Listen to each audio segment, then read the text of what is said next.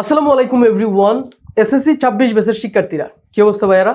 So আমি জানি তোমাদের অনেকের এখনো তোমাদের এই যে শর্ট সিলেবাসের 10% অনেকে কমপ্লিট করতে পারো না, কিন্তু আজকের এই ভিডিওতে ভাই তোমাদেরকে এমন একটি সাজেশন দিব, যে সাজেশন যদি তুমি ফলো করো তুমি এই যে অধ্যায়গুলো আছে না খুবই ইজিলি শেষ করতে পারবে।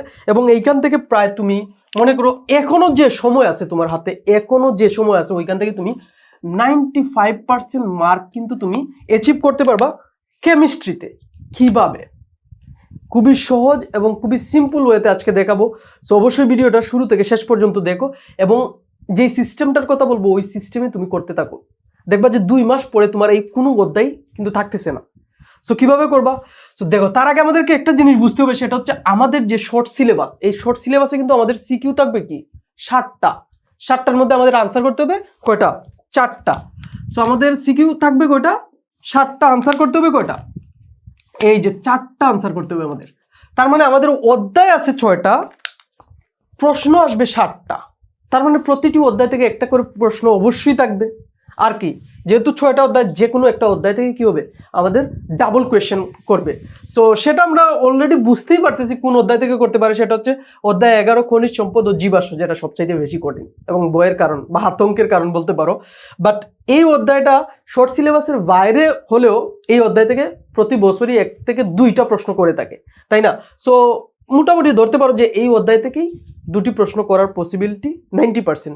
সো আমাদের এই প্রত্যেকটা অধ্যায় কি এক একটা করে প্রশ্ন থাকবে।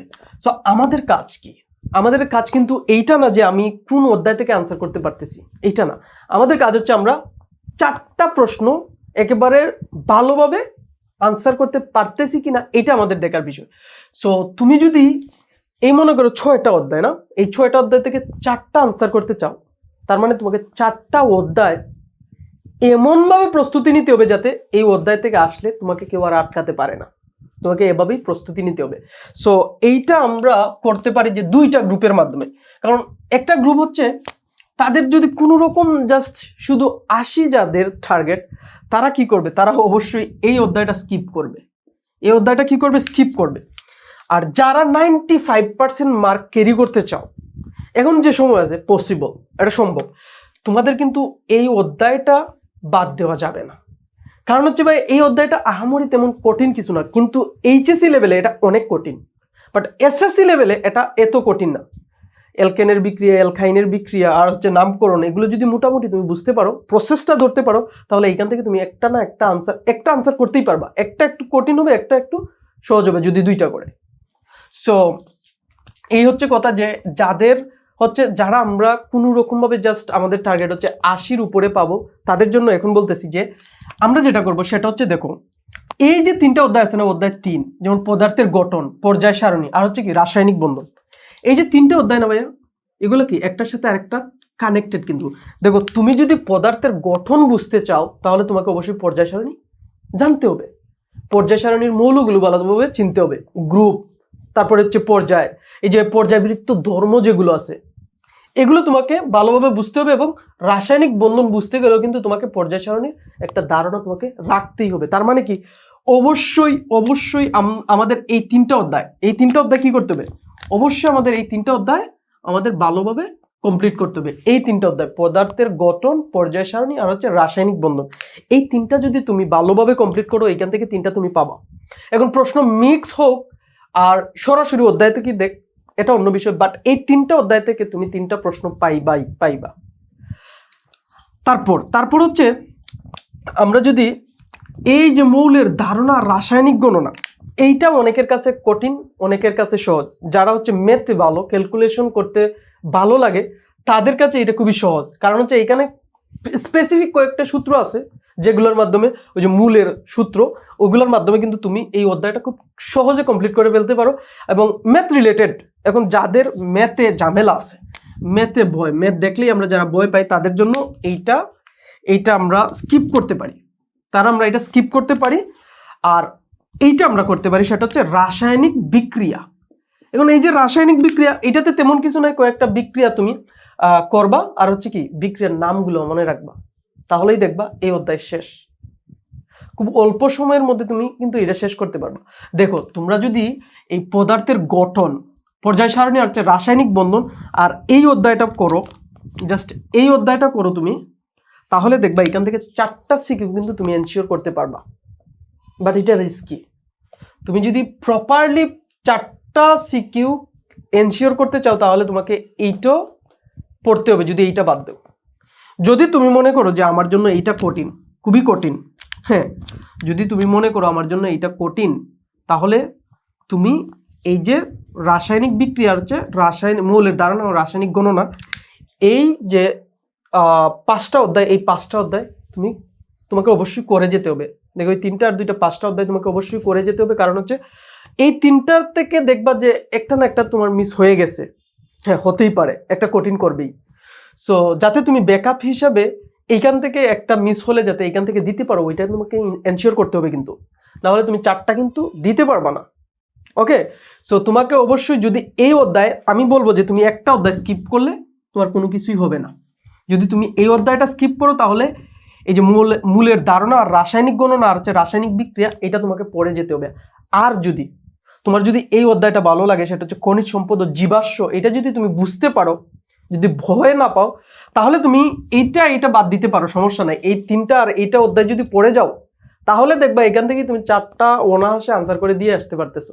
কারণ এইখান থেকে একটা সহজ থাকবে, একটা কঠিন থাকবে, দুইটাই করতে পারে।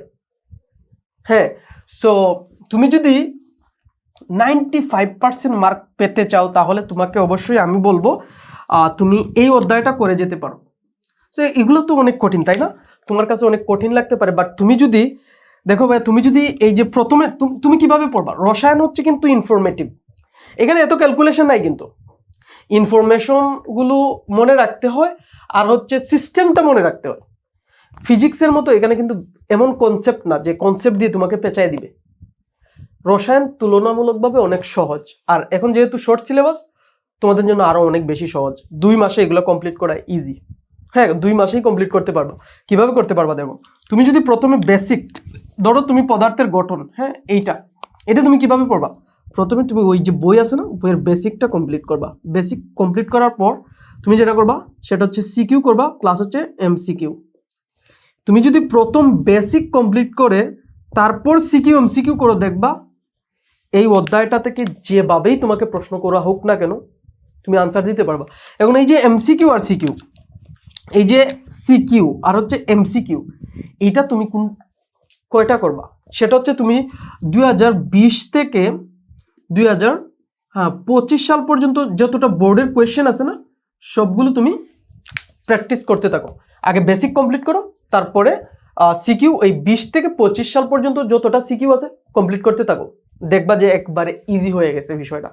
সো এই যে basic plus CQ plus MCQ, আমি তোমাদের জন্য এসএসসি 26-এর জন্য আমি প্রত্যেকটা অধ্যায়ে, হ্যাঁ, basic plus CQ plus MCQ এমনভাবে ভাইয়া তোমাদের জন্য সাজাইতেছি, যাতে তুমি একটা অধ্যায় শেষ করার পরে এই অধ্যায় থেকে তোমাকে যেভাবেই প্রশ্ন দেওয়া হোক না কেন, ওইভাবেই তুমি আনসার দিতে পারো। এবং ক্লাসগুলো আমি আস্তে আস্তে সাজাইতেছি, এটা অবশ্যই নিয়ে আসবো। আর স্পেশালিটি হচ্ছে খনিজ সম্পদ ও জীবাশ্ম। আমি তোমাকে এই অধ্যায়টা এমনভাবে তৈরি করে দেবো যাতে তোমাকে এই অধ্যায় থেকে যেভাবেই প্রশ্ন দেখ না কেন তুমি যাতে পারো। এবং এই অধ্যায়টা খুবই খুবই ইন্টারেস্টিং একটা অধ্যায়, কিন্তু হ্যাঁ, এটা বিশ্বাস করি যে এই অধ্যায় কিন্তু এইচএসসিতে কিন্তু খুবই মারাত্মক একটা অধ্যায়, কারণ ওইখানে অনেক ডিপ কনসেপ্ট, বাট এসএসসিতে এত ডিপ না। সো আশা করি তোমরা বুঝতে পারছো যে কিভাবে তুমি এই সাজেশন, মানে কিভাবে তুমি পড়াশোনা করলে, হ্যাঁ, তুমি 95% মার্ক তুমি উঠাতে পারো তোমার এসএসসি এক্সামে। সেটা হচ্ছে প্রথমত ওই 3টা অধ্যায় পড়বা। কিভাবে পড়বা, প্রথমে বেসিক, তারপর হচ্ছে সিকিউ, তারপর এমসিকিউ। শর্ট কোয়েশ্চেন ওটাই চলে আসবে, ওটা আহামরি কিছু না। যখন তুমি বেসিক কমপ্লিট করবা, এই বেসিকের মধ্যেই দেখবা এই শর্ট কোয়েশ্চেন তুমি পারো। হ্যাঁ, তো বেসিকটা কমপ্লিট করবা আগে, বইয়ের বেসিকটা, তারপর হচ্ছে সিকিউ, তারপর হচ্ছে এমসিকিউ। 20 থেকে 25 পারলে যদি আরো 2 সাল সামনেরটাও করতে পারো, সেটা হচ্ছে 19, 18 অথবা 17। আগে এই 20 থেকে 25টা করবা, তারপর হচ্ছে পিছনে যাবা। সো তারপর হচ্ছে তুমি যদি তোমার এইটা ভালো লাগে এটা করতে পারো, যদি তোমার রাসায়নিক গণনা, মূলের ধারণা, এটা যদি তোমার কঠিন লাগে এটা স্কিপ করতে পারো। আর যদি এইটা স্কিপ করো তাহলে এইটা আর এই 3টা ভালোভাবে করবা, আর ব্যাকআপ হিসেবে এইটা রাখবা। আর যদি তোমার এইটা ভালো লাগে, এই 2টা স্কিপ করতে পারো, কোনো সমস্যা নেই। তাহলে তুমি 95% মার্কই পাবা। পসিবল, সম্ভব। সো ভাইয়া দেখা হবে পরবর্তী ভিডিওতে, সেই পর্যন্ত ভালো থাকো। হেই, আরেকটা কথা হচ্ছে কি, এই অধ্যায়ের কিন্তু আমি one shot CQ class, MCQ class plus basic দিব। সো অবশ্যই ভিডিওটা তোমাদের বন্ধু বান্ধবের সাথে শেয়ার করবে এবং কি করবে, সাবস্ক্রাইব করে পাশে থাকবে। আসসালামু আলাইকুম।